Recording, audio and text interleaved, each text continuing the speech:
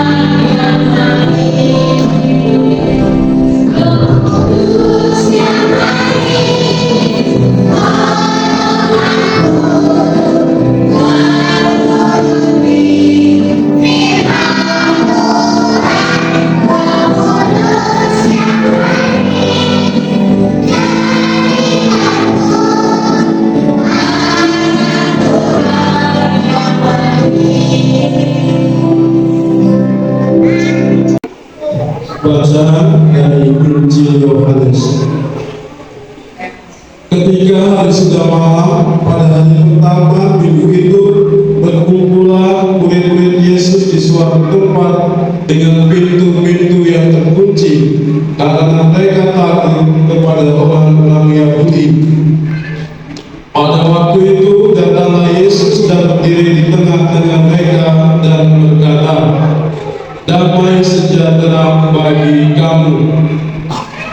Dan sesudah berkata demikian, ia menunjukkan tangannya dan lambungnya kepada mereka. Murid-murid itu bersukacita ketika mereka melihat Tuhan. Maka kata Yesus sekali lagi, "Damai sejahtera bagi kamu. Sama seperti Bapa mengutus aku, demikian juga sekarang aku mengutus kamu." Dan sesudah berkata demikian, ia mengembusi mereka dan berkata, "Terimalah Roh Kudus. Jikalau kamu mengampuni dosa orang, dosanya diampuni, dan jikalau kamu menyatakan dosa orang tetap ada, dosanya tetap ada." Tetapi Thomas, seorang dari ke-12 murid itu yang disebut Didimus, tidak ada bersama-sama mereka ketika Yesus datang ke situ. Maka kata murid-murid yang lain itu kepadanya, "Kami telah melihat Tuhan."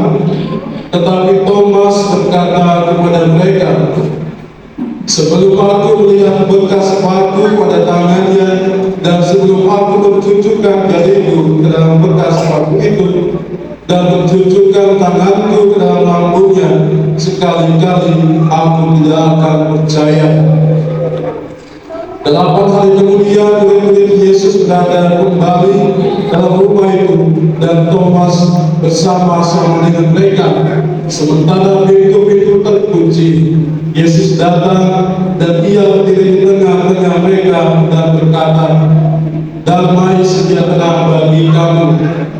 Kemudian ia berkata kepada Thomas, "Taruhlah jarimu di sini dan lihatlah tanganku.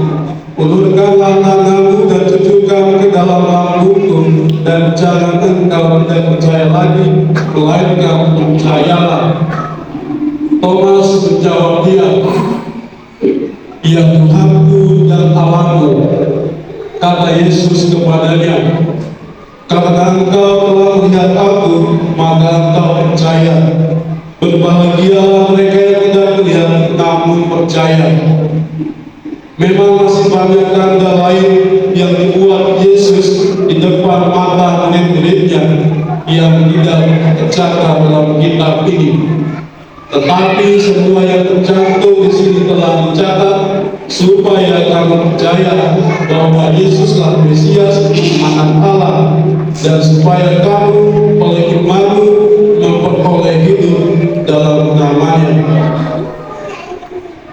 Demikianlah sabda Tuhan. Terpujilah Kristus. Paskanya ramai atau tidak? Ada yang bisa dikabar di dekat biara buder? Ada? Ada? Mungkin ada lihat apa? Max, terus Feli, cuma beberapa yang terlihat ya. Nah, Bukan mau tanya, siapa yang di sini senang melihat atau menyaksikan atau menonton video-video atau film-film tentang superhero seperti Ultraman, kemudian apa lagi? Power Rangers, kemudian Spider-Man, ada lagi Boy, ada lagi Iron Man, ada lagi Spider-Man, Batman, Boy, Ada lagi? Apa?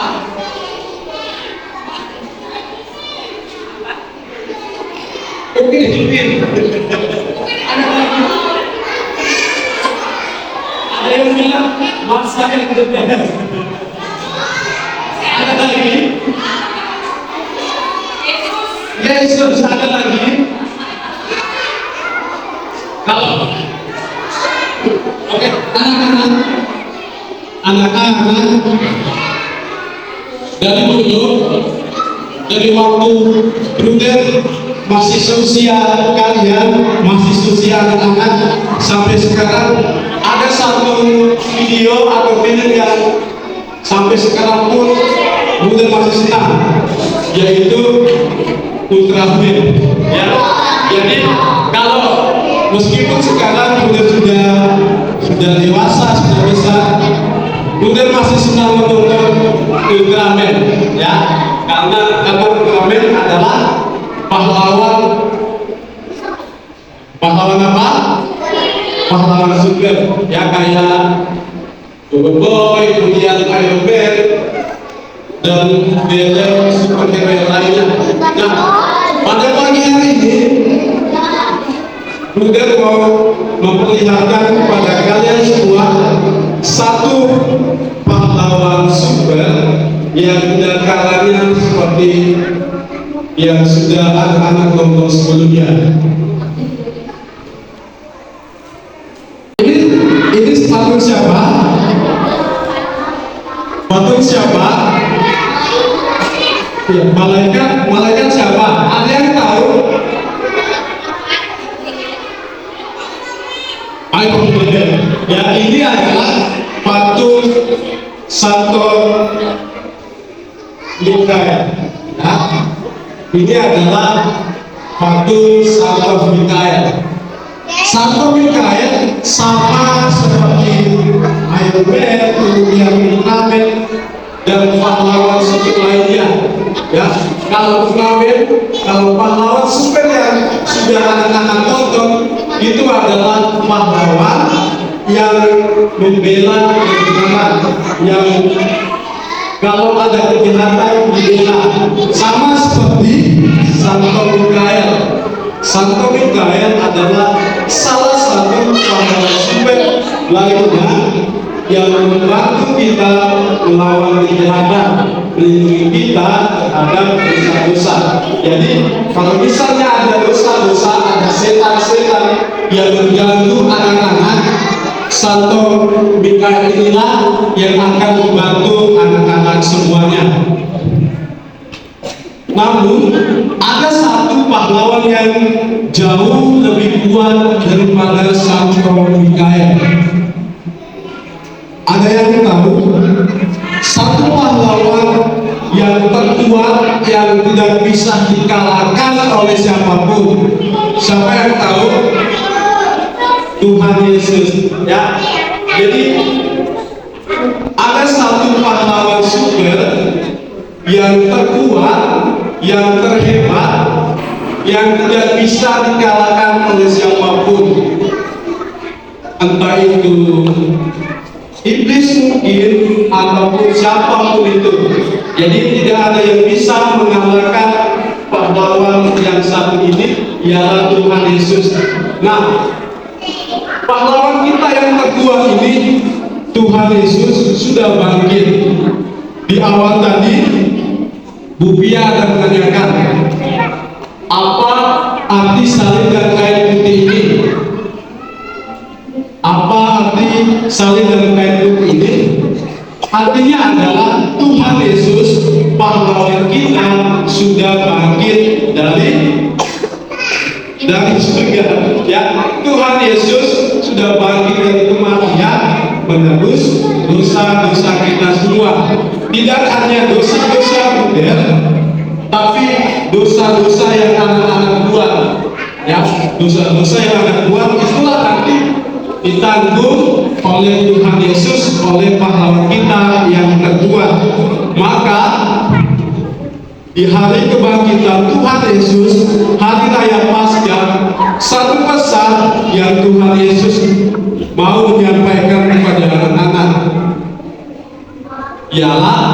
ketika Tuhan Yesus lahir, Tuhan Yesus mau supaya anak-anak menjadi bersama-sama Tuhan Yesus bekerja di dunia ini. Tuhan Yesus mau anak-anak menjadi rekan kerja Tuhan Yesus di dunia ini. Tuhan Yesus meminta anak-anak membantu Tuhan Yesus melakukan pekerjaannya di dunia ini. Pekerjaan Tuhan Yesus apa? Kalau misalnya anak-anak masih kecil-kecil, anak-anak tidak perlu melakukan pekerjaan yang sangat besar ataupun sangat berat. Anak-anak cukup berdoa kepada Tuhan Yesus, berdoa untuk siapapun itu yang anak-anak kenal. Jadi tidak hanya yang anak-anak kenal, tapi kepada siapapun, walaupun itu yang tidak anak-anak kenal. Maka satu pesan penting di hari kebangkitan Tuhan Yesus untuk anak-anak harus rajin bekerja. Misalnya kalau di rumah membantu papa dan mama, itu adalah tanda ciri kalau anak-anak bersama-sama Tuhan Yesus bekerja di dunia ini. Jadi kalau anak-anak masih kecil-kecil, anak-anak tidak perlu melakukan pekerjaan yang sangat berat dan besar sekali seperti yang dikerjakan oleh papa dan anak. Anak-anak cukup berdoa, membantu ibu di rumah, mungkin menyiapkan makanan, mencuci piring, mencuci sayur, ataupun membersihkan kamar setelah anak-anak istirahat. Anak-anak, bila iman pada pagi hari ini dan juga pesan dari Tuhan Yesus di hari kebangkitannya, di hari kebangkitan pahlawan kita yang terkuat sudah selesai.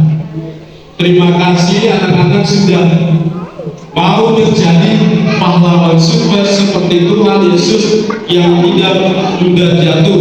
Ya, anak-anak jangan mudah menangis. Ya, itu tandanya kalau anak-anak tidak mudah menangis adalah anak-anak yang kuat seperti Tuhan Yesus. Ya, jadi anak-anak kalau mau menjadi kuat seperti Tuhan Yesus, mau menjadi kuat seperti Santo Mikael, berdoalah terus-menerus supaya anak-anak menjadi kuat selalu. Selamat pagi anak-anak, semoga Tuhan Yesus memberkati. Besar-besar yang terbesar, itulah Tuhan Yesus, kuat-kuat yang terkuat, hebat-hebat yang terhebat. Besar-besar yang terbesar, itulah Tuhan Yesus, Yesus yang terkuat, Yesus yang terhebat, Yesus yang terbesar-besar, dia yang imannya.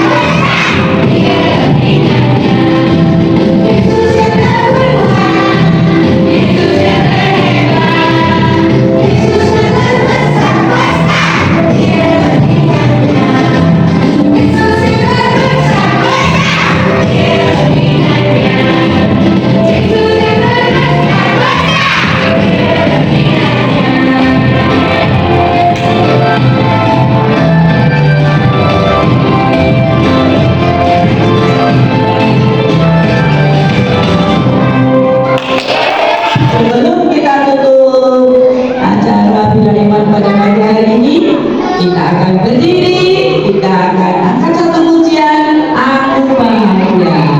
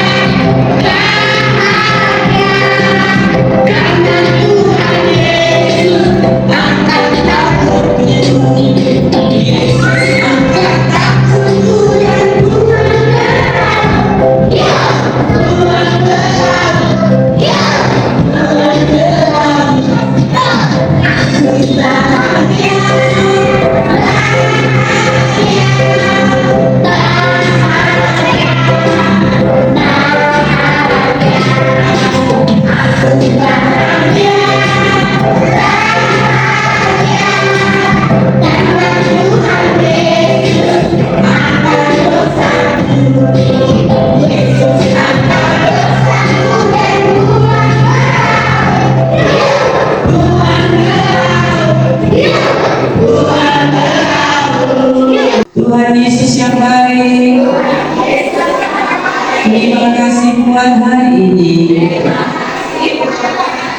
Kami sudah mendengarkan firman-Mu.